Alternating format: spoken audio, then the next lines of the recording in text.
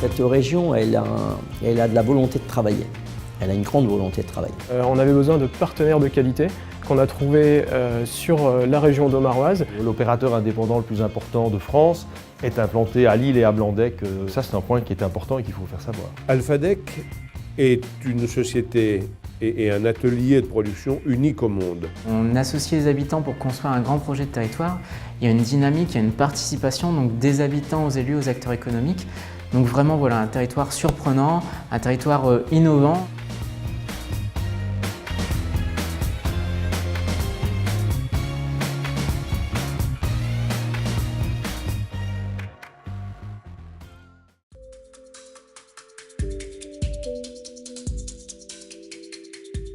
Saint-Omer, c'est une ville qui a historiquement une gare emblématique en fait, qui a été construite au moment de la révolution industrielle, à une époque où il n'y avait pas de voiture, pas de camion, donc tout passait par le train, donc très grande gare, bâtiment très richement décoré, donc monument historique. Et on s'est rendu compte qu'au fil du temps, en fait, cette gare n'avait plus besoin d'autant d'espace, donc s'est posé la question du devenir de ce bâtiment. Il y a eu une vraie volonté en fait, des élus du territoire de mettre vraiment quelque chose d'innovant dans le bâtiment et donc d'en faire un quartier et un pôle numérique.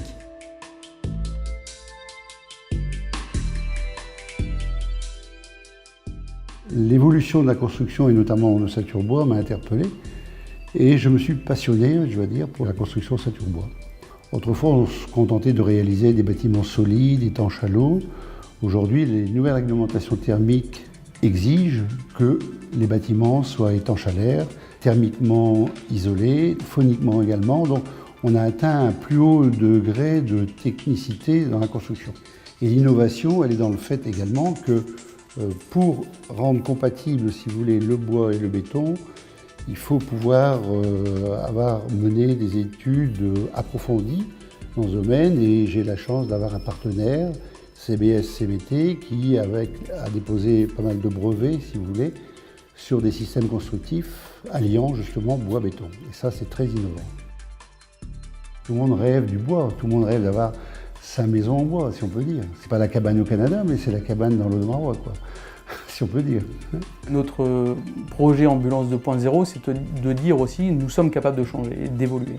Ce projet finalement repose sur 3 piliers. Le premier, c'est de développer le véhicule partagé, c'est-à-dire le covoiturage, et multiplier les véhicules, le transport groupé avec les patients. Deuxième aspect de ce projet, c'est améliorer les flux au sein des hôpitaux avec des plateformes de sortie. Et le troisième aspect, c'est le véhicule ENR ou électrique ou hydrogène. Et l'innovation, c'est aussi mettre en place de nouveaux outils dans notre métier. On est un métier, encore une fois, avec des outils quelquefois un peu archaïques. Et le but, c'est vraiment d'essayer de tourner, de prendre ce virage de l'innovation et du professionnalisme.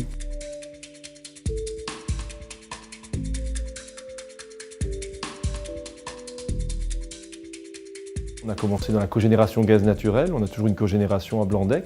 Donc notre premier client, c'était à l'époque Norampac à Vauvallée à Blandec, là, il s'appelle Norpaper à Vauvallée aujourd'hui. L'éolien, ça a démarré il y a, on va dire, une vingtaine d'années à peu près. Les coûts ont été divisés par 5 ou 6 depuis l'origine, avec des gains de productivité dans les machines, en termes de rendement, des gains de taille des machines, donc des économies d'échelle.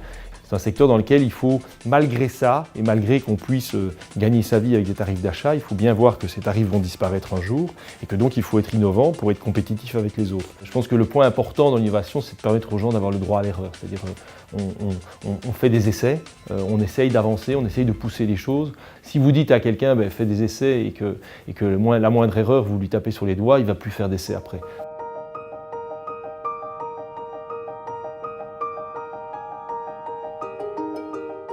Je suis un autodidacte, avant tout.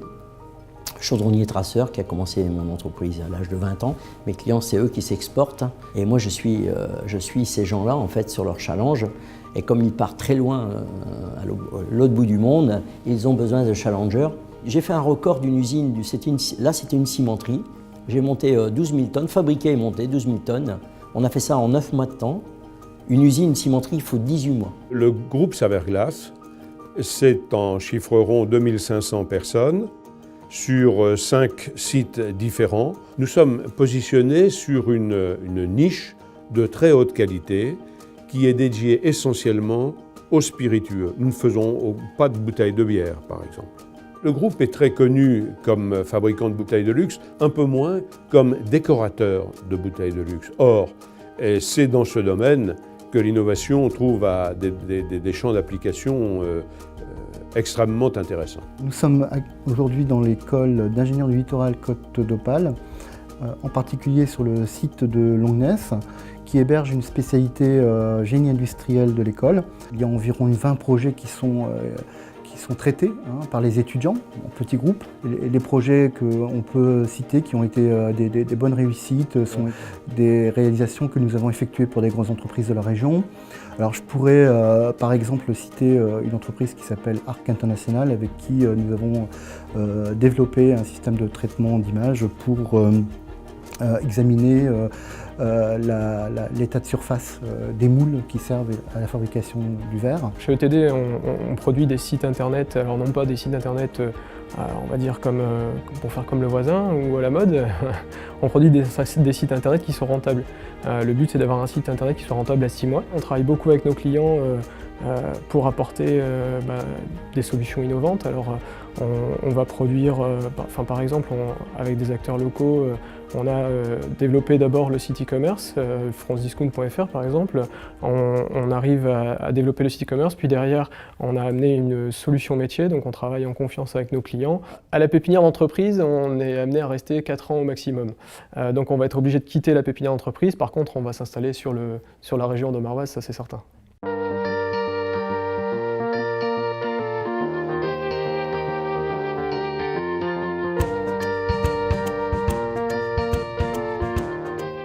J'ai toujours eu devant moi des gens qui ont toujours été très combatifs et très performants. J'espère que moi, je vais donner du piment à d'autres chefs d'entreprise, de leur donner l'envie de faire des aventures, en fait. Le Domarois, pour nous, est géographiquement un terrain très privilégié, puisqu'on se situe au cœur d'une région minière, de la région de la métropole et du littoral. Nous avons un recrutement national.